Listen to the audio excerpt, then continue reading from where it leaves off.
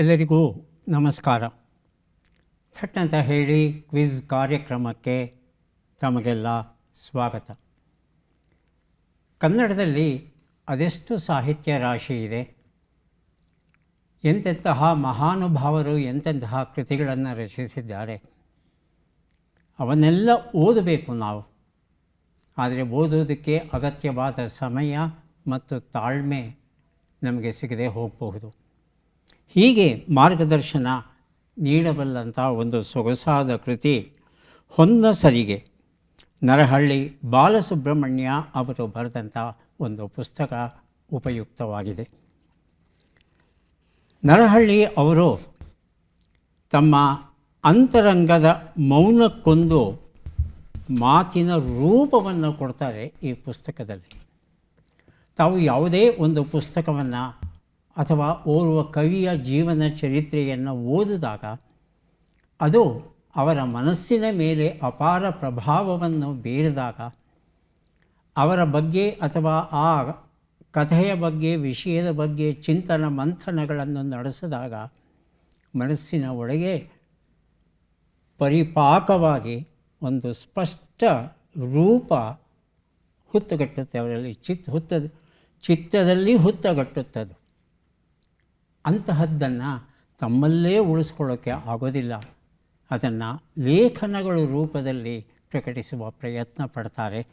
ನರಹಳ್ಳಿಯವರು ಈ ಒಂದು ಪುಸ್ತಕದಲ್ಲಿ ಇಂತಹ ಪ್ರಯತ್ನವನ್ನು ಪಡ್ತಾ ಟಿ.ಎಸ್. ವೆಂಕಣ್ಣಯ್ಯ ಅಂದರೆ ಎಂತಹವರು ಅನ್ನೋದನ್ನು ಹೇಳ್ತಾ, ಡಿ.ವಿ.ಜಿ. ಅವರ ಕಾವ್ಯ ಸ್ವರೂಪವೇನು, ಎಡಗಡೆಯೂ ಅಲ್ಲ ಬಲಗಡೆಯೂ ಅಲ್ಲ, ಮಧ್ಯಮ ಮಾರ್ಗವನ್ನು, ಬುದ್ಧ ಹೇಗೆ ಮಧ್ಯಮ ಮಾರ್ಗವನ್ನು ಆರಿಸ್ಕೊಂಡೋ ಹಾಗೆ ಡಿ.ವಿ.ಜಿಯವರು ಸಹ ತಮ್ಮ ಕಾವ್ಯದಲ್ಲಿ ಮಧ್ಯಮ ಮಾರ್ಗವನ್ನು ಹೇಗೆ ಆರಿಸ್ಕೋತಾರೆ ಅನ್ನೋದನ್ನು ಉದಾಹರಣೆ ಸಮೇತ ಕೊಡ್ತಾ, ಸುರಂ ಎಕ್ಕುಂಡಿ ಅವರ ಕಾವ್ಯದ ವಿಶೇಷವೇನು, ಗಂಗಾಧರ ಚಿತ್ತಾಲ ಬರೆದದ್ದು ಬಹಳ ಕಡಿಮೆ, ಆದರೆ ಬರೆದದ್ದೆಲ್ಲ ಬಂಗಾರದ ಹಾಗೆ ಇರುವಂಥ ಕಾವ್ಯಗಳು ಅವರದ್ದು.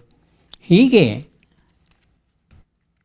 ಸಮಷ್ಟೀಕರಣ, ಕಾವ್ಯಕರಣ, ಕಥನಕಾರಣ, ದರ್ಶನ ಕಾರಣ, ಹೀಗೆ ಹಲವು ಭಾಗಗಳಲ್ಲಿ ವಿಂಗಡಿಸಿಕೊಂಡು ಅನೇಕ ಮಹನೀಯರ ಬಗ್ಗೆ, ಕೃತಿಗಳ ಬಗ್ಗೆ, ಅವರ ಜೀವಮಾನ ಸಾಧನೆಯ ಬಗ್ಗೆ ಸೊಗಸಾಗಿ ಮಾಹಿತಿಯನ್ನು ಕೊಡ್ತಾ ಹೋಗ್ತಾರೆ. ಹಾಗಾಗಿ ಕನ್ನಡ ಸಾಹಿತ್ಯದಲ್ಲಿ ಇರತಕ್ಕಂಥ ಅತ್ಯುತ್ತಮ ಕಥಾಕೃತಿಗಳನ್ನು ಓದಬೇಕು ಅನ್ನೋದಾದರೆ ಈ ಒಂದು ಪುಸ್ತಕದ ಮಾರ್ಗದರ್ಶನ ಪಡೆಯಬಹುದು. ಹೊನ್ನ ಸರಿಗೆ ನರಹಳ್ಳಿ ಬಾಲಸುಬ್ರಹ್ಮಣ್ಯ ಅವರು ಬರೆದಂಥ ಪುಸ್ತಕ. ಕಾರ್ಯಕ್ರಮವನ್ನು ಆರಂಭಿಸ್ತಾ ಇದ್ದೇವೆ. ಸ್ಪರ್ಧಿಗಳ ಪರಿಚಯ. ಮೊದಲ ಸ್ಪರ್ಧಿ. ನಮಸ್ತೆ, ನನ್ನ ಹೆಸರು ಡಾಕ್ಟರ್ ಪ್ರದೀಪ್ ನಾಯಕ್ ಜಿ. ದಾವಣಗೆರೆ ಜಿಲ್ಲೆಯ ಚನ್ನಗಿರಿ ತಾಲೂಕಿನ ಹಿರೇವುಡ ತಾಂಡ ನನ್ನ ಮೂಲ ಊರು. ಪ್ರಸ್ತುತ ಬೆಂಗಳೂರು ವೈದ್ಯಕೀಯ ಮಹಾವಿದ್ಯಾಲಯದ ಶ್ವಾಸಕೋಶ ವೈದ್ಯಶಾಸ್ತ್ರ ವಿಭಾಗದಲ್ಲಿ ತಜ್ಞ ವೈದ್ಯನಾಗಿ ಕಾರ್ಯನಿರ್ವಹಿಸುತ್ತಿದ್ದೇನೆ. ನನ್ನ ಬಿಡುವಿನ ವೇಳೆಯಲ್ಲಿ ಯೋಗಾಭ್ಯಾಸ, ಶಾಲಾ ಹಾಗೂ ಕಾಲೇಜು ಮಕ್ಕಳಿಗೆ ಪಾಠ ಸಲ್ಲಿಸೋದು, ಹಾಗೆ ಪ್ರವಾಸಿ ತಾಣಗಳ ವೈವಿಧ್ಯಮಯ ಸಂಗತಿಗಳನ್ನು ಕ್ರೋಢೀಕರಿಸೋದು ನನ್ನ ಹವ್ಯಾಸಗಳು. ಅಚ್ಚ ಕನ್ನಡದಲ್ಲಿ ಸ್ಪಷ್ಟವಾಗಿ, ಸುಲಲಿತವಾಗಿ, ಸುಶ್ರಾವ್ಯವಾಗಿ ನಮ್ಮ ಇತಿಹಾಸ, ಕಾಯಕಗಳು ಹಾಗೂ ಗಾದೆಗಳು, ಒಗಟು ಇತ್ಯಾದಿ ಚಂದನವಾಹಿನಿಯಲ್ಲಿ ಅತ್ಯಂತ ಸರಳವಾಗಿ ತಿಳಿಸಿಕೊಡ್ತಿರುವಂತಹ ಡಾಕ್ಟರ್ ನಾ ಸೋಮೇಶ್ವರ ಅವರಿಗೆ ನಾನು ಧನ್ಯವಾದಗಳನ್ನು ಸಲ್ಲಿಸ್ತೇನೆ. ನನ್ನ ಶಾಲಾ ದಿನಗಳಿಂದಲೂ ನಾನು ಇದನ್ನು ನೋಡ್ತಾ ಬಂದಿದ್ದೇನೆ ಹಾಗೂ ಚಂದನವಾಹಿನಿಯಲ್ಲಿ ಪ್ರಸಾರವಾಗುವಂತಹ ಕಾರ್ಯಕ್ರಮಗಳಿಗೆ ಎಲ್ಲ ವೀಕ್ಷಕರ ಪರವಾಗಿ ಚಿರಋಣಿ. ತುಂಬ ಸಂತೋಷ ಡಾಕ್ಟರ್ ಪ್ರದೀಪ್ ಅವರೇ. ಕಾರ್ಯಕ್ರಮದ ಬಗ್ಗೆ ಬಹಳ ಒಳ್ಳೆಯ ಮಾತುಗಳನ್ನು ಆಡಿದ್ದೀರಾ. ಧನ್ಯವಾದಗಳು. ಕಾರ್ಯಕ್ರಮಕ್ಕೆ ಸ್ವಾಗತ. ಮುಂದಿನ ಸ್ಪರ್ಧಿ. ಎಲ್ಲರಿಗೂ ನಮಸ್ಕಾರಗಳು. ನನ್ನ ಹೆಸರು ಶಿವನಗೌಡ ಎಸ್ ಪಾಟೀಲ್. ನಾನು ವಿಜಯಪುರ ಜಿಲ್ಲೆ ಬಸವನ ಬಾಗೇವಾಡಿ ತಾಲೂಕು ಯರ್ನಾಳ ಗ್ರಾಮದಿಂದ ಬಂದಿದ್ದೇನೆ.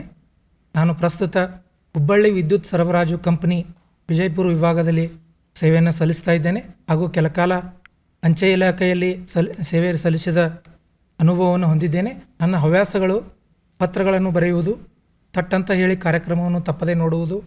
ಸ್ವಾಗತವನ್ನು ಕೋರ್ತಾ ಇದ್ದೇವೆ. ನಮ್ಮ ಮೂರನೆಯ ಸ್ಪರ್ಧಿ ಸುರೇಶ್ ಬಾಬು ಅಂತೇಳಿ. ನಾನು ನಾಗರಬಾವಿನಲ್ಲಿ ಬಂದಿದ್ದೀನಿ. ನನ್ನ ಹವ್ಯಾಸ ಕ್ರಿಕೆಟ್ ಆಡೋದು. ಸುರೇಶ್ ಬಾಬು ಅವರೇ, ಕಾರ್ಯಕ್ರಮಕ್ಕೆ ಸ್ವಾಗತವನ್ನು ಕೋರ್ತಾ ಇದ್ದೇವೆ. ಮೂವರು ಸಿದ್ಧವಾಗಿದ್ದರೆ ಕಾರ್ಯಕ್ರಮ ಆರಂಭಿಸೋಣ. ಮೊದಲಿಗೆ ನಿಯಮಗಳನ್ನು ಒಮ್ಮೆ ನೋಡಿಬಿಡೋಣ. ಒಟ್ಟು 10 ಪ್ರಶ್ನೆಗಳು. ಮೊದಲು ಬಸ್ಸರ್ ಒತ್ತಿದವರಿಗೆ ಉತ್ತರ ನೀಡುವ ಅವಕಾಶ. ಪ್ರತಿ ಸರಿ ಉತ್ತರಕ್ಕೆ 1 ಪುಸ್ತಕ ಬಹುಮಾನ. ಆಯ್ಕೆಗಳು ಬರುವ ಮೊದಲೇ ಬಸ್ಸರ್ ಒತ್ತಿ ಸರಿ ಉತ್ತರ ನೀಡಿದರೆ 2 ಪುಸ್ತಕ ಬಹುಮಾನ. 100 ಅಂಕ ಗಳಿಸಿದವರಿಗೆ 1 ಪುಸ್ತಕ ವಿಶೇಷ ಬಹುಮಾನ. ನಕಾರಾತ್ಮಕ ತಂತ್ರಗಳಿಗೆ ಅವಕಾಶವಿಲ್ಲ. ಕಾರ್ಯಕ್ರಮದ ಮೊದಲ ಪುಸ್ತಕ, ಮೊದಲ ಪ್ರಶ್ನೆ. ವೈದ್ಯ ಕಥಾ, ವೈದ್ಯರು ಬರೆದ ಕಥೆಗಳು. ಸಂಪಾದಕರು ಡಾಕ್ಟರ್ ಶಿವಾನಂದ ಕುಬಸದ್ದವರು. ನಮ್ಮ ಪ್ರಶ್ನೆ, ಮೊದಲ ಪ್ರಶ್ನೆ ಈಗ ಬಂತು. ಕೆಂಪುಹೊಳೆ ಘಾಟ್, ಕಾಗನೇರಿ ಘಾಟ್, ಕಬ್ಬಿನಾಲೆ ಘಾಟ್, ಬಿಸ್ಲೆ ಘಾಟ್ ಹಾಗೂ ಶಿಲ್ಪಕಲೆಗೆ ಹೆಸರಾದ ಜಿಲ್ಲೆ ಯಾವುದು? ಚಿಕ್ಕಮಗಳೂರು. ಚಿಕ್ಕಮಗಳೂರು ಅಂತ ಹೇಳ್ತಾ ಇದ್ದಾರೆ ಡಾಕ್ಟರ್ ಪ್ರದೀಪ್ ಅವರು.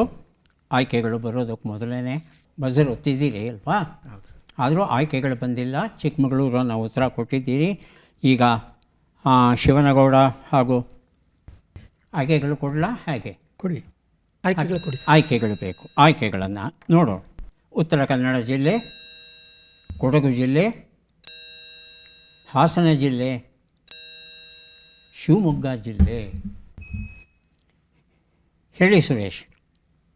ಕೊಡಗು. ಕೊಡಗು. ಉತ್ತರವನ್ನು ನೋಡೋಣ. ಸರಿಯಾದ ಉತ್ತರ ಹಾಸನ ಜಿಲ್ಲೆ. ಈಗಷ್ಟೇ ಅನೇಕ ಘಾಟ್ಗಳನ್ನು ಪ್ರಸ್ತಾಪ ಮಾಡಿದ್ವಿ. ಈ ಎಲ್ಲ ಘಾಟುಗಳಲ್ಲಿ ಸಂಚರಿಸೋದೇ ಒಂದು ರೋಮಾಂಚಕ ಅನುಭವ. ಆ ಹೇರ್ ಪಿನ್ ಬೆಂಡ್ ಅಂತ ನಾವು ಕರಿತೇವೆ. ಆ ರೀತಿಯಾದ ಆ ವಕ್ರ ತಿರುವುಗಳಲ್ಲಿ ಹೋಗೋದು ಇದೆಯಲ್ಲ, ಮೈಯೆಲ್ಲ ಕಣ್ಣಾಗಿರಬೇಕು ನಿಜ. ಅಷ್ಟೇ ಅದು ಒಂದು ರೀತಿಯಾದ ರೋಮಾಂಚನದ ಅನುಭವ ನೀಡುತ್ತೆ. ಅದರ ಸ್ವಲ್ಪ ಹೆಚ್ಚು ಕಡಿಮೆ ಆದರೆ ಶಿವನ ಪಾದ ಸೇರೋದು ಖಚಿತ. ಆದರೂ ಇಂತಹ ಸುಂದರವಾದ ಸ್ಥಳಗಳು ನಮ್ಮ ಹಾಸನ ಜಿಲ್ಲೆಯಲ್ಲಿವೆ ಅನ್ನೋದನ್ನು ನಾವು ನೆನಪಲ್ಲಿ ಇಟ್ಕೋಬೇಕಾಗುತ್ತೆ. ಮುಂದಿನ ಪುಸ್ತಕ ಹೃದಯ ಕಮಲ, TR ವರದರಾಜನ್ ಬರೆದ ಕವನ ಸಂಕಲನ. ಪ್ರಶ್ನೆ. ಭಾರತೀಯ ರಕ್ಷಣಾ ಸಚಿವರು ಇತ್ತೀಚೆಗೆ ಸುಮಾರು ಎಷ್ಟು ಗಡಿ ರಸ್ತೆಗಳನ್ನು ಲೋಕಾರ್ಪಣೆ ಮಾಡಿದರು? ಆಯ್ಕೆಗಳನ್ನು ನೋಡೋಣ. 125, 100, 50, 75. ಮೊದಲಿಗೆ ಬಜರ್ ಒತ್ತಿದ್ದಾರೆ ಸುರೇಶ್, ಆನಂತರ ಡಾಕ್ಟರ್ 125. 125 ಅಂತ ಹೇಳ್ತಾ ಇದ್ದಾರೆ. ಹೇಳಿ ಡಾಕ್ಟರ್ ಪ್ರದೀಪ್. 75. ಉತ್ತರವನ್ನು ನೋಡೋಣ. 125 ಅನ್ನೋದು ಸರಿಯಾದ ಉತ್ತರ. ಈ ಉತ್ತರವನ್ನು ಸುರೇಶ್ ಅವರು ಕೊಟ್ಟಿದ್ದಾರೆ. ಅವರಿಗೆ ಹೃದಯ ಕಮಲ ಎನ್ನುವ ಈ ಪುಸ್ತಕವನ್ನು ಕೊಟ್ಟಿದ್ದೇನೆ. ಡಿಸೆಂಬರ್ 7ರಿಂದ 8ರವರೆಗೆ ಬಾರ್ಡರ್ ರೋಡ್ ಆರ್ಗನೈಸೇಷನ್ ಏನಿದೆ, ಅವರು ಅನೇಕ ಸೇತುವೆಗಳನ್ನು, ರಸ್ತೆಗಳನ್ನು, 28 ರಸ್ತೆಯಂತೆ, 93 ಸೇತುವೆಯಂತೆ, 4 ಅತಿ ಮುಖ್ಯವಾದ ರಚನೆಗಳು ಅಂತ ಹೇಳ್ತಾರೆ. ಅಂದರೆ ಮಿಲಿಟರಿ ದೃಷ್ಟಿಯಿಂದ ಬಹಳ ಸೂಕ್ಷ್ಮ ಸ್ಥಳಗಳಾಗಿರಬೇಕು. ಅದು ಎಂತಹ ಸ್ಥಳ, ಎಲ್ಲಿ ತಯಾರು ಮಾಡಿದ್ದೇವೆ, ಅದರ ಸ್ವರೂಪ ಏನು, ಇದರ ಬಗ್ಗೆ ನಮಗೆ ಕೊಟ್ಟಿಲ್ಲ, ಮಾಹಿತಿಯೇ ಗೊತ್ತಿಲ್ಲ ನಮಗೆ. ಅತ್ಯಂತ ಸೂಕ್ಷ್ಮ ಸ್ಥಳಗಳು ಅಂತ ಹೇಳ್ತಾರೆ. ಅಂತಹವನ್ನು 4 ನಾವು ನಿರ್ಮಿಸಿದ್ದೀವಂತೆ. ಲಡಾಖಲ್ಲಿ, ಜಮ್ಮು ಕಾಶ್ಮೀರಲ್ಲಿ, ಅರುಣಾಚಲ ಪ್ರದೇಶದಲ್ಲಿ, ಹಿಮಾಚಲ ಪ್ರದೇಶದಲ್ಲಿ, ಪಶ್ಚಿಮ ಬಂಗಾಳದಲ್ಲಿ, ಹೀಗೆ ಸುಮಾರು 5,000 ಕೋಟಿ ರೂಪಾಯಿಗಳ ವೆಚ್ಚದಲ್ಲಿ ಈ ಒಂದು ಸುರಕ್ಷಾ ವ್ಯವಸ್ಥೆಯನ್ನು ಕೈಗೊಂಡಿದೆಯಂತೆ ನಮ್ಮ ದೇಶ. ಮುಂದಿನ ಪುಸ್ತಕ ಕಾನ್ಪುರ್ ಟು ಕರೋಲ್ ಬಾಗ್ ಕಥಾ ಸಂಕಲನ. ಬಾಲಚಂದ್ರ ಭಟ್ ಓಡಲ ಮನೆ ಇದನ್ನು ಬರೆದಿದ್ದಾರೆ. ಪ್ರಶ್ನೆ. ಇಟಲಿಯ ದೇಶದೊಳಗೆ ಎಷ್ಟು ದೇಶಗಳಿವೆ? ಆಯ್ಕೆಗಳನ್ನು ನೋಡೋಣ. 1, 2, 3, 4. ಮೊದಲಿಗೆ ಬಜರುತ್ತಿದ್ದಾರೆ ಡಾಕ್ಟರ್ ಪ್ರದೀಪ್, ಆನಂತರ ಸುರೇಶ್. 3. ಮೊದಲು ಪ್ರದೀಪ್. ಆಯ್ತಾಯ್ತು. 2. 2 ದೇಶ. ಹೇಳಿ ಸುರೇಶ್. ಮೂರನೇದು ಮೂರು ಮೂರು ದೇಶಗಳಿವೆ ಅಂತ ಉತ್ತರವನ್ನು ನೋಡೋಣ. 2 ದೇಶಗಳಿವೆ ಅನ್ನೋದು ಸರಿಯಾದ ಉತ್ತರ ಆಗಿತ್ತು. ದೇಶದ ಒಳಗೆ 2 ದೇಶಗಳು, ಇದು ಈ ಇಟಲಿ ದೇಶದ ಒಂದು ವಿಶೇಷ ಅಂತಲೇ ಹೇಳಬೇಕಾಗುತ್ತೆ. ಆ 2 ದೇಶ ಯಾವುದು ಅಂದರೆ, ಮೊದಲನೇದು ವ್ಯಾಟಿಕನ್, ಎರಡನೇದು ಸೇಂಟ್ ಮರಿನೋ ಅಂತಕ್ಕಂಥ ಸ್ಥಳ. ಅದು ಒಂದು. ಈ ವ್ಯಾಟಿಕನ್ ಅನ್ನೋದು ಕೇವಲ 44 ಹೆಕ್ಟೇರಷ್ಟು ವಿಸ್ತಾರವಾಗಿರ್ತಕ್ಕಂಥ ಪುಟ್ಟ ಸ್ಥಳ. ಎಷ್ಟು ಜನ ಇದ್ದಾರಪ್ಪ ಈ ವ್ಯಾಟಿಕನ್ನಲ್ಲಿ ಅಂದರೆ ಬರೀ 800 ಜನ ಇದ್ದಾರೆ ಅಷ್ಟೇ ಈ ದೇಶದಲ್ಲಿ ಇರೋದು. ಪೋಪ್ ಅವರು ಈ ಒಂದು ಪ್ರದೇಶದ ಸಾರ್ವಭೌಮರು. ಸೇಂಟ್ ಮರಿನೋ ಅನ್ನೋದು ಕ್ರಿಸ್ತಶಕ 301ರಲ್ಲಿ ರೂಪುಗೊಂಡದ್ದು. ಅಂದರೆ ಬಹುಶಃ ಜಗತ್ತಿನಲ್ಲಿಯೇ ಅತ್ಯಂತ ಪ್ರಾಚೀನ ವ್ಯವಸ್ಥೆ ಇರತಕ್ಕಂಥ ದೇಶ ಈ ಸೇಂಟ್ ಮರಿನೋ ಅಂತ ಅನಿಸುತ್ತೆ. ಸುಮಾರು 34,000 ಜನ ಇದ್ದಾರಂತೆ. ಇಲ್ಲಿನ ಒಂದು ವಿಶೇಷ ಏನೆಂದರೆ, ಪ್ರತಿ 6 ತಿಂಗಳಿಗೆ ಅಧಿಕಾರ ಬದಲಾವಣೆ ಆಗ್ತಾ ಇರುತ್ತೆ. ಹಾಗಾಗಿ ಯಾರೇ ಆಗಲಿ ಭದ್ರವಾಗಿ ನಾನು ಉಳ್ಕೊಂಡ್ಬಿಡ್ತೇನೆ 5 ವರ್ಷ 6 ವರ್ಷ 10 ವರ್ಷ ಆ ಪ್ರಶ್ನೆಯೇ ಇಲ್ಲ. ಸಿಕ್ಕಂಥ ಅಲ್ಪ ಅವಧಿಯಲ್ಲಿ ಒಳ್ಳೆಯ ಆಡಳಿತ ಕೊಟ್ಟು 6 ತಿಂಗಳಾಗ್ತಾ ಇದ್ದ ಹಾಗೆ ಬಿಟ್ಟು ಹೋಗ್ತಾ ಇರಬೇಕು, ಮುಂದೆ ಇನ್ನೊಬ್ಬರಿಗೆ ಅವಕಾಶ ಮಾಡಿಕೊಡ್ಬೇಕು. ಮುಂದಿನ ಪುಸ್ತಕ ನಿದ್ದೆಗೊಂದು ಕತೆ, ಪ್ರಕಾಶ್ ಕೆ ನಾಡಿಗ್ ಬರೆದಿರುವಂಥ ಪುಸ್ತಕ. ಪ್ರಶ್ನೆ: ಯುವ AI ಉಚಿತ ಶಿಕ್ಷಣವನ್ನು ಎಷ್ಟು ಜನರನ್ನು ತಲುಪುವ ನಿರೀಕ್ಷೆಯನ್ನು ಇಟ್ಟುಕೊಳ್ಳಲಾಗಿದೆ? ಆಯ್ಕೆಗಳನ್ನು ನೋಡೋಣ. 25 ದಶಲಕ್ಷ, 50 ದಶಲಕ್ಷ, 75 ದಶಲಕ್ಷ, 100 ದಶಲಕ್ಷ. ಮೊದಲಿಗೆ ಬಜರುತ್ತಿದ್ದಾರೆ ಡಾಕ್ಟರ್ ಪ್ರದೀಪ್, ಆನಂತರ ಕೊನೆಯಲ್ಲಿ ಸುರೇಶ್. 100 ದಶಲಕ್ಷ. 100 ದಶಲಕ್ಷ ಆಯ್ಕೆ 4 ಅಂತ ಹೇಳ್ತಾ ಇದ್ದಾರೆ. 3 ಆಯ್ಕೆ 3 75 ದಶಲಕ್ಷ ಅಂತ ಹೇಳ್ತಾ ಇದ್ದಾರೆ. ಉತ್ತರವನ್ನು ನೋಡು. ಸರಿಯಾದ ಉತ್ತರ 100 ದಶಲಕ್ಷ ಆಗಿತ್ತು. ನಿದ್ದೆಗೊಂದು ಕಥೆ, ಈ ಒಂದು ಪುಸ್ತಕವನ್ನು ಡಾಕ್ಟರ್ ಪ್ರದೀಪ್ ಅವರಿಗೆ ಕೊಟ್ಟಿದ್ದೇವೆ. ಉಚಿತ ಶಿಕ್ಷಣ ಇದು. ಈ ಕ್ಷೇತ್ರದಲ್ಲಿ ತರಬೇತಿ ಪಡೀಬೇಕು ಅಂತ ಆಸೆ ಇದ್ದರೆ ಉಚಿತವಾದ ಒಂದು ಶಿಕ್ಷಣವನ್ನು ಕೊಡುವ ಪ್ರಯತ್ನ ಪಡ್ತಾರೆ. ಸುಮಾರು 4.5 ಗಂಟೆಗಳವರೆಗೆ ನಿರಂತರವಾಗಿ ಅವರು ತರಬೇತಿಯನ್ನು ಕೊಡ್ತಾರಂತೆ.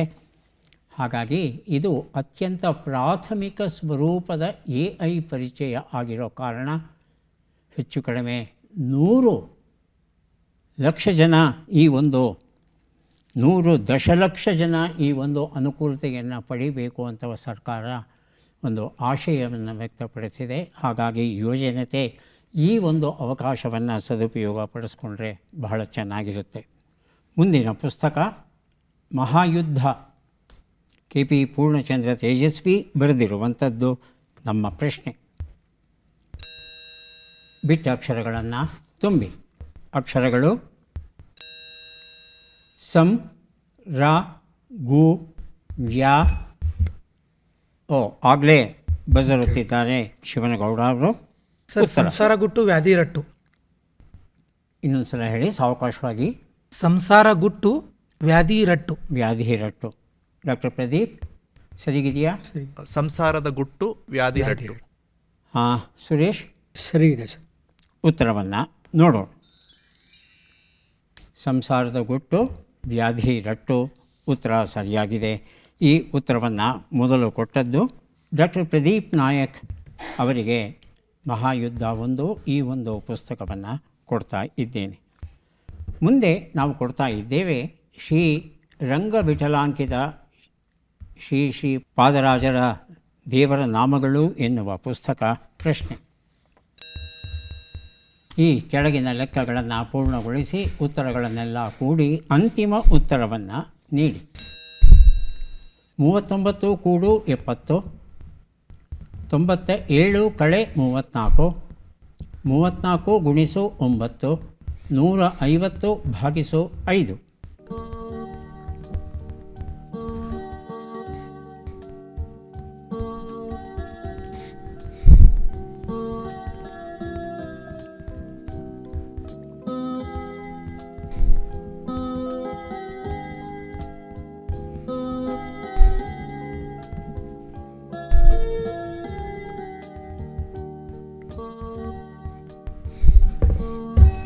ಹೇಳಿ ಡಾಕ್ಟರ್ ಪ್ರದೀಪ್.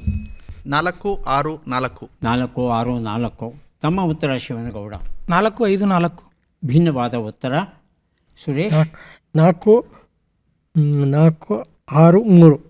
ಉತ್ತರವನ್ನು ನೋಡ್ತಾ ಹೋಗೋಣ. ಒಂದು ಉತ್ತರ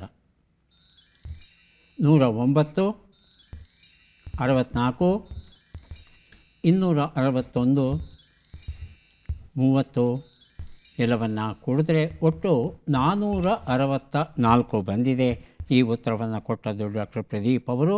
ಅವರಿಗೆ ಶ್ರೀಪಾದರಾಜರ ದೇವರ ನಾಮಗಳ ಈ ಒಂದು ಪುಸ್ತಕವನ್ನು ಕೊಟ್ಟಿದ್ದೇನೆ. ಮುಂದೆ ನಾವು ಕೊಡಲಿದ್ದೇವೆ ಕಂಚುಗನ್ನಡಿ ಎನ್ನುವ ನಾಟಕದ ಪುಸ್ತಕ. ಉಷಾ ನರಸಿಂಹನ್ ಇದನ್ನು ಬರೆದಿದ್ದಾರೆ. ನಮ್ಮ ಪ್ರಶ್ನೆ, ಈ ಪದ್ಮ ಪುರಸ್ಕೃತರನ್ನು ಗುರುತಿಸಿ ಚಿತ್ರವನ್ನು ನೋಡೋಣ.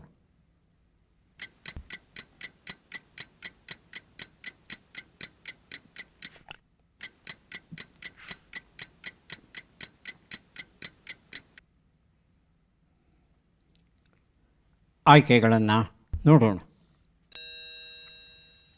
ಪುರುಸಾಯಿ ಕಣ್ಣಪ್ಪ ಸಂಬಂಧನ್, ವಾದಿರಾಜ ರಾಘವೇಂದ್ರಾಚಾರ್ಯ ಪಂಚಮುಖಿ, ರಾಧಾಕೃಷ್ಣನ್ ದೇವಸೇನಾಪತಿ, ಸೇತುರಾಮನ್ ಪಂಚನಾಥನ್. ಮೊದಲಿಗೆ ಬಜರ್ ಒತ್ತಿದ್ದಾರೆ ಶಿವನಗೌಡ. ಆಯ್ಕೆ 2 ವಾದಿರಾಜ್. ಒಂದು ನಿಮಿಷ. ಮೊದಲಿಗೆ ಬಜರ್ ಒತ್ತಿದ್ದು ಶಿವನಗೌಡ, ಆನಂತರ ಡಾಕ್ಟರ್ ಪ್ರದೀಪ್. ಶಿವನಗೌಡ. ಆಯ್ಕೆ 2 ವಾದಿರಾಜ್ ವಾದಿರಾಜ ರಾಘವೇಂದ್ರ ಪಂಚಮುಖಿ ಅಂತ ಹೇಳ್ತಾ ಇದ್ದಾರೆ. ಪ್ರದೀಪ್. ರಾಧಾಕೃಷ್ಣನ್ ದೇವಸೇನಾಪತಿ. ಉತ್ತರವನ್ನು ನೋಡೋಣ. ಪಂಚಮುಖಿ ಉತ್ತರ ಸರಿಯಾಗಿದೆ. ಈ ಉತ್ತರವನ್ನು ಕೊಟ್ಟವರು ಶಿವನಗೌಡ ಅವರು. ಅವರಿಗೆ ಕಂಚುಗನ್ನಡಿ ಎನ್ನುವ ಈ ಒಂದು ಪುಸ್ತಕವನ್ನು ಕೊಟ್ಟಿದ್ದೇವೆ. ಪದ್ಮಶ್ರೀ ಗೌರವ ಈ ಸಲ ಪಂಚಮುಖಿಯವರಿಗೆ ದೊರೆತಿದೆ. ಇವರು ಮೂಲತಃ ಕರ್ನಾಟಕದವರು ಆದರೂ ಸಹ ಆಂಧ್ರ ಪ್ರದೇಶದ ವ್ಯಾಪ್ತಿಯಲ್ಲಿ ಇವರಿಗೆ ಈ ಪ್ರಶಸ್ತಿ ದೊರೆತಿದೆ. ಕರ್ನಾಟಕ ವಿಶ್ವವಿದ್ಯಾನಿಲಯ, ಬಾಂಬೆ ವಿಶ್ವವಿದ್ಯಾನಿಲಯ, ದಿಲ್ಲಿ ಸ್ಕೂಲ್ ಆಫ್ ಎಕನಾಮಿಕ್ಸ್ ಮುಂತಾದ ಕಡೆ ಇವರು ಅಧ್ಯಾಪನಗಳನ್ನು ಮಾಡಿದ್ದಾರೆ. ಸದ್ಯಕ್ಕೆ ಬಾಗಲಕೋಟೆಯಲ್ಲಿ ಇವರು ವಾಸವಾಗಿದ್ದಾರೆ. ಹಾಗಾಗಿ ಸಾಹಿತ್ಯ ಮತ್ತು ಶಿಕ್ಷಣ, ವಿಶೇಷವಾಗಿ ಈ ಅರ್ಥಶಾಸ್ತ್ರಕ್ಕೆ ಸಂಬಂಧಪಟ್ಟ ಹಾಗೆ, ಸಂಸ್ಕೃತಕ್ಕೆ ಸಂಬಂಧಪಟ್ಟ ಹಾಗೆ ಅಪಾರವಾದ ಪರಿಶ್ರಮವನ್ನು ಉಳ್ಳಂತಹವರು ಪಂಚಮುಖಿ ಅವರು. ಮುಂದಿನ ಪುಸ್ತಕ ಮತ್ತು ಪ್ರಶ್ನೆ, ವಚನ ಜೀವನ ಮಾರ್ಗದರ್ಶನ, ಡಾಕ್ಟರ್ ಶಶಿಧರ ಕುಂಬಾರ, ಡಾಕ್ಟರ್ ಸಾಸ್ವೆಹಳ್ಳಿ ಸತೀಶ್ ಸಂಪಾದಿಸಿರುವ ಕೃತಿ. ಇದು ನಮ್ಮ ಪ್ರಶ್ನೆ. ಈ ಅಕ್ಷರಗಳನ್ನು ಸರಿಯಾಗಿ ಜೋಡಿಸಿ.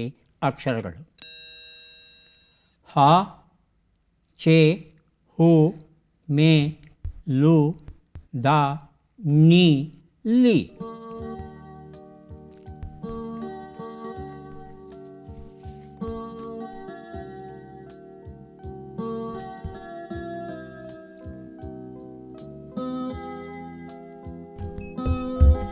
ಬಜರುತ್ತಿದ್ದಾರೆ ಶಿವನಗೌಡ. ಹುಣ್ಣಿಮೆಯಲ್ಲಿ ಹುಣ್ಣಿಮೆಯ ಹಾಲು ಚೆಲ್ಲಿ. ಡಾಕ್ಟರ್ ಪ್ರದೀಪ್. ಸುರೇಶ್ ಬಾಬು, ತಮಗೆ ಗೊತ್ತಿದ್ದರೆ ಬಜರ್ ಒತ್ತಬಹುದು, ಉತ್ತರ ಕೊಡಬಹುದು. ಒಂದು ಅವಕಾಶ ಶಿವನಗೌಡ ಅವರಿಗೆ ಕೊಡ್ತಾ ಇದ್ದೇನೆ. ಇದಕ್ಕೆ ಉತ್ತರ ಕೊಡಲಿಲ್ಲ ಅಂದರೆ ಉತ್ತರವನ್ನು ನೋಡಬೇಕಾಗುತ್ತೆ. ಶಿವನಗೌಡ, ಒಂದು ಅವಕಾಶ. ಹುಣ್ಣಿಮೆಯ ಚೆಲುವಲ್ಲಿ. ಹುಣ್ಣಿಮೆಯ ಚೆಲುವಲ್ಲಿ. ಹುಣ್ಣಿಮೆ ಚೆಲುವಲ್ಲಿನ ಹುಣ್ಣಿಮೆಯ ಚೆಲುವಲ್ಲಿನ ಹುಣ್ಣಿಮೆ ಚೆಲುವಲ್ಲಿ. ಹುಣ್ಣಿಮೆ ಚೆಲುವಲ್ಲಿ. ಹಾಲು ಚೆಲ್ಲಿದ ಹುಣ್ಣಿಮೆ.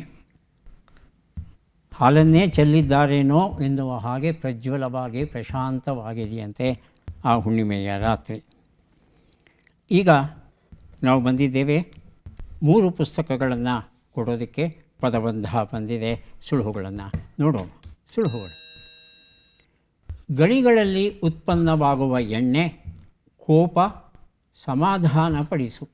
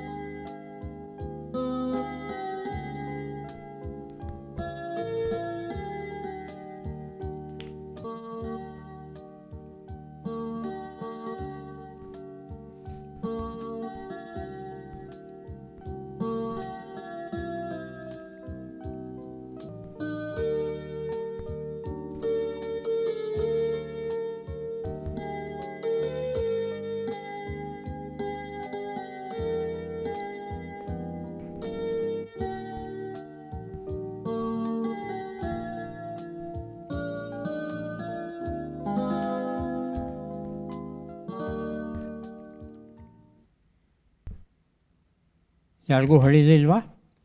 ಮೊದಲನೇ ಶಬ್ದ ನಾ ಕೊಡ್ತೇನೆ, ಎರಡನೇ ಶಬ್ದ ಮೂರನೇ ಶಬ್ದಕ್ಕೆ ತಾವು ಪ್ರಯತ್ನ ಪಡಬಹುದು. ಒಂದು ಉತ್ತರ: ಖನಿಜ ತೈಲ, ಮಿನರಲ್ ಆಯಿಲ್ ಅಂತ ನಾವು ಕರಿತೇವೆ ಇಂಗ್ಲೀಷಲ್ಲಿ. 2 ಉತ್ತರ. ಯಾರು ಬೇಕಾದ್ರೂ ಬಜರ್ ಒತ್ತಿ ಉತ್ತರ ಕೊಡಿ. ಮೊದಲಿಗೆ ಒತ್ತಿದ್ದಾರೆ ಡಾಕ್ಟರ್ ಪ್ರದೀಪ್. ಮುನಿಸು ಉತ್ತರವನ್ನು ನೋಡೋಣ.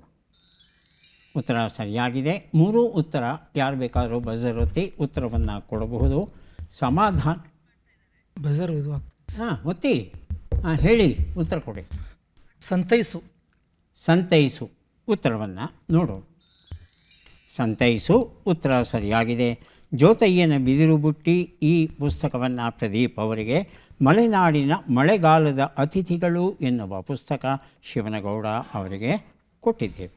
ಈಗ ಕಾರ್ಯಕ್ರಮದ ಕೊನೆಯ ಘಟ್ಟಕ್ಕೆ ನಾವು ಬಂದಿದ್ದೇವೆ. ಚಟ್ಪಟ್ ಚಿನ್ಕುರುಳಿ 5 ಪ್ರಶ್ನೆಗಳು. ಮೊದಲ ಅವಕಾಶ ಡಾಕ್ಟರ್ ಪ್ರದೀಪ್ ಅವರಿಗೆ ದೊರೆಯುತ್ತಾ ಇದೆ. ಸಿದ್ಧವಾಗಿದ್ದೀರಾ? ಮೊದಲ ಪ್ರಶ್ನೆ: ತಲೆಯಲ್ಲಿ ನಡೆ ಎಂಬ ನುಡಿಗಟ್ಟಿನ ಅರ್ಥವೇನು? ಅಹಂಕಾರವನ್ನು ತೋರು, ಅಂಗಸಾಮು ಮಾಡು. ಅಹಂಕಾರವನ್ನು ತೋರು. ಮುಂದಿನ ಪ್ರಶ್ನೆ: ಗಂಧರ್ವ ದೇವತೆ ಎಂಬ ಅರ್ಥವನ್ನು ಕೊಡುವ ಶಬ್ದ ಯಾವುದು? ಗಂಧರ, ಗಂಧಿಗ. ಗಂಧರ. ಮುಂದಿನ ಪ್ರಶ್ನೆ: ಸಮುದ್ರ ಮಥನದಲ್ಲಿ ಹುಟ್ಟಿದ ವೈದ್ಯನ ಹೆಸರೇನು? ಧನ್ವಂತರಿ, ಸುಶ್ರುತ. ಧನ್ವಂತರಿ. ಮುಂದಿನ ಪ್ರಶ್ನೆ: ಈ ಗಾದೆಯನ್ನು ಪೂರ್ಣಗೊಳಿಸಿ. ಸಾಯದ ಮನೆಯಿಲ್ಲ, ಸಾಲ ಇಲ್ಲದ, ಸಾಯದ ಮನೆ ಇಲ್ಲ, ಕಷ್ಟ ಇಲ್ಲದ ದೇಶವಿಲ್ಲ. ಮುಂದಿನ ಪ್ರಶ್ನೆ: ಈ ಒಗಟನ್ನು ಬಿಡಿಸಿ. ಅಂಕಟ್ಟು ಮಂಕಟ್ಟು ಮರಕ್ಕೆ 30 ಕಟ್ಟು.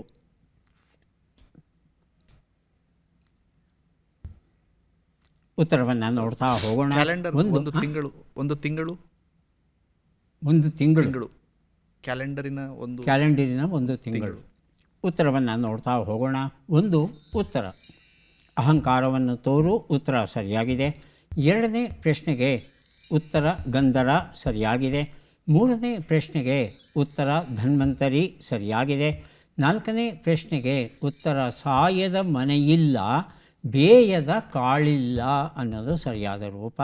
5ನೇ ಪ್ರಶ್ನೆಗೆ ಉತ್ತರ ಅಂಕಟ್ಟು ಮಂಕಟ್ಟು ಮರಕ್ಕೆ 30 ಕಟ್ಟು ಅಂದರೆ ವೀಳ್ಯದಲ್ಲಿನ ಲೆಕ್ಕಾಚಾರ 30 ಎಲೆಗಳನ್ನು ಸೇರಿಸಿ ಕಟ್ತಾರಲ್ಲ, ಆ ಒಂದು ಲೆಕ್ಕಾಚಾರವನ್ನು ವರ್ಣಿಸುವಂಥ ಒಗಟು ಆಗಿತ್ತು. 3 ಪ್ರಶ್ನೆಗಳಿಗೆ ತಾವು ಸರಿಯಾದ ಉತ್ತರ ಕೊಟ್ಟಿದ್ದೀರಿ.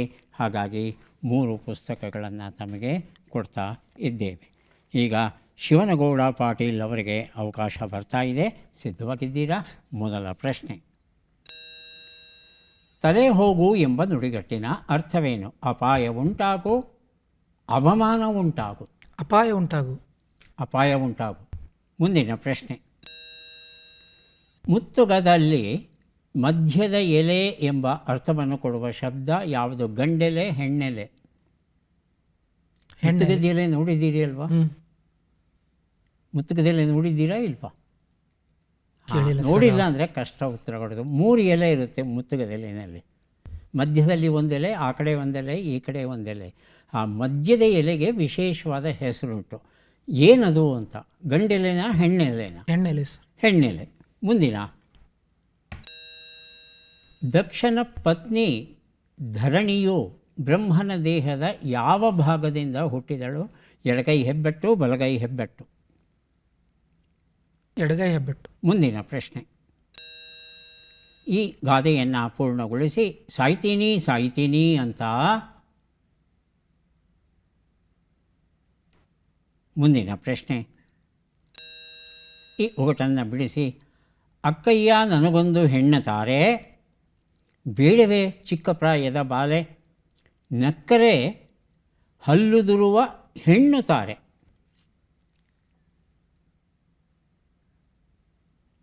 ಉತ್ತರವನ್ನು ನೋಡ್ತಾ ಹೋಗೋಣ. ಒಂದು ಉತ್ತರ, ತಲೆ ಹೋಗು ಅಪಾಯ ಉಂಟಾಗು, ಸರಿಯಾಗಿದೆ. ಎರಡನೇ ಪ್ರಶ್ನೆಗೆ ಉತ್ತರ ಗಂಡೆಲೆ ಆಗಿತ್ತು. ಮಧ್ಯದಲ್ಲಿರೋದಕ್ಕೆ ಗಂಡೆಲೆ ಅಂತ ಕರೀತಾರೆ. ಮೂರನೇ ಪ್ರಶ್ನೆಗೆ ಉತ್ತರ ಎಡಗೈ ಹೆಬ್ಬೆಟ್ಟು, ಸರಿಯಾಗಿದೆ. ನಾಲ್ಕನೇ ಪ್ರಶ್ನೆಗೆ ಉತ್ತರ ಸಾಯ್ತೀನಿ ಸಾಯ್ತೀನಿ ಅಂತ 1000 ಕೋಳಿ ತಿಂದಂತೆ ಇನ್ನೂ ಸತ್ತಿಲ್ಲ ಅವನು. ಐದನೇ ಪ್ರಶ್ನೆಗೆ ಉತ್ತರ ದಾಳಿಂಬೆ ಹಣ್ಣು ಆಗಿತ್ತು. 2 ಪ್ರಶ್ನೆಗಳಿಗೆ ತಾವು ಸರಿಯಾದ ಉತ್ತರ ಕೊಟ್ಟಿದ್ದೀರಿ. 2 ಪುಸ್ತಕಗಳನ್ನು ತಮಗೆ ಕೊಟ್ಟಿದ್ದೇವೆ. ಈಗ ಸುರೇಶ್ ಬಾಬು ಅವರಿಗೆ ಅವಕಾಶ ಬರ್ತಾ ಇದೆ. ಸಿದ್ಧವಾಗಿದ್ದೀರಾ? ಮೊದಲ ಪ್ರಶ್ನೆ, ಗಾಳಿಗೆ ತೂರಿ ಬಿಡು ಎಂಬ ನುಡಿಗಟ್ಟಿನ ಅರ್ಥವೇನು? ನಿರ್ಲಕ್ಷಿಸು, ಲಕ್ಷಿಸು? ಲಕ್ಷಿಸು. ಲಕ್ಷಿಸು. ಮುಂದಿನ ಪ್ರಶ್ನೆ, ಸುವಾಸನೆ, ಪರಿಮಳ ಎಂಬ ಅರ್ಥವನ್ನು ಕೊಡುವ ಶಬ್ದ ಯಾವುದು? ಗಂಧಕ, ಗಂಧನ? ಗಂಧನ. ಮುಂದಿನ ಪ್ರಶ್ನೆ, ಅದಿತಿ, ದಿತಿ, ಕದ್ರು, ವಿನತೆ, ಧನು, ಸುರಸ, ಸುರಭಿ ಯಾರ ಮಡದಿಯರು? ಕಶ್ಯಪ, ವಿಶ್ವಾಮಿತ್ರ? ಕಾಶ್ಯಪ. ಕಾಶ್ಯಪ. ಮೂರನೇ ಪ್ರಶ್ನೆ ಆಯಿತು. ನಾಲ್ಕನೇ ಪ್ರಶ್ನೆ, ಈ ಗಾದೆಯನ್ನು ಪೂರ್ಣಗೊಳಿಸಿ ಸಾಯುವ ಮೊದಲು? ಮುಂದಿನ ಪ್ರಶ್ನೆ, ಈ ಒಗಟನ್ನು ಬಿಡಿಸಿ ಅಡವಿಲಿ ಮರದ ತುಂಬ ಜಂಬು ನೇರಳೆ, ಕುಯ್ಯುವವರುಂಟು ತಿನ್ನುವವರಿಲ್ಲ. ಉತ್ತರವನ್ನು ನೋಡ್ತಾ ಹೋಗೋಣ. ಒಂದು ಉತ್ತರ, ಗಾಳಿ ಬಂದಾಗ ತೂರಿಕೋ, ನಿರ್ಲಕ್ಷಿಸು ಅನ್ನೋದು ಸರಿಯಾದ ಉತ್ತರ ಆಗಿತ್ತು. ಎರಡನೇ ಪ್ರಶ್ನೆಗೆ ಉತ್ತರ ಗಂಧನ, ಸರಿಯಾಗಿದೆ. ಮೂರನೇ ಪ್ರಶ್ನೆಗೆ ಉತ್ತರ ಕಶ್ಯಪ, ಸರಿಯಾಗಿದೆ. ನಾಲ್ಕನೇ ಪ್ರಶ್ನೆಗೆ ಉತ್ತರ ಸಾಯುವ ಮೊದಲು ಸಕ್ಕರೆ ತುಪ್ಪ ತಿನ್ನಿಸಿದ್ರಂತೆ. ನೋಡಿ ಎಂತಹ ಕ್ರೌರ್ಯ, ಬದುಕಿರೋವಾಗ ಏನೂ ಕೊಡಲಿಲ್ಲ, ಅವನನ್ನು ಕೊಲ್ತೀವಿ ಅಂತ ಗೊತ್ತು, ಸಕ್ಕರೆ ತುಪ್ಪ ತಿನ್ನಿಸಿ ಕೊಂದ್ರಂತೆ ಅವನ್ನ. ಐದನೇ ಪ್ರಶ್ನೆಗೆ ಉತ್ತರ ಇದು ರುದ್ರಾಕ್ಷಿ ಹಣ್ಣು. ರುದ್ರಾಕ್ಷಿ ಹಣ್ಣು ನೇರಳೆ ಹಣ್ಣಿನ, ಜಂಬು ನೇರಳೆ ಹಣ್ಣಿನ ಹಾಗೆ ಬಹಳ ದೊಡ್ಡದಾಗಿ ಚೆನ್ನಾಗಿ ಕಾಣುತ್ತೆ. ಅದು ತಿನ್ನಲಿಕ್ಕೆ ಬರೋಲ್ಲ, ಅದನ್ನು ತೊಳೆದು ರುದ್ರಾಕ್ಷಿಯನ್ನು ಬಳಸ್ಕೋಬೇಕಾಗುತ್ತೆ. ಎಷ್ಟು ಸರಿ ಉತ್ತರ ಆಯಿತು? 2 ಅಲ್ವಾ? 2 ಪುಸ್ತಕಗಳನ್ನು ತಮಗೆ ಕೊಡ್ತಾ ಇದ್ದೇವೆ. ಈಗ ಯಾರಿಗೆ ಎಷ್ಟು ಪುಸ್ತಕಗಳು ಬಂದಿವೆ ಅದನ್ನು ನೋಡುವ ಕ್ಷಣ ಬಂತು. ಕಾರ್ಯಕ್ರಮದಲ್ಲಿ ಭಾಗಿಯಾಗಿದ್ದಕ್ಕೆ ತಮಗೆ ಧನ್ಯವಾದಗಳನ್ನು ಅರ್ಪಿಸ್ತಾ ಇದ್ದೇವೆ. ಧನ್ಯವಾದಗಳು.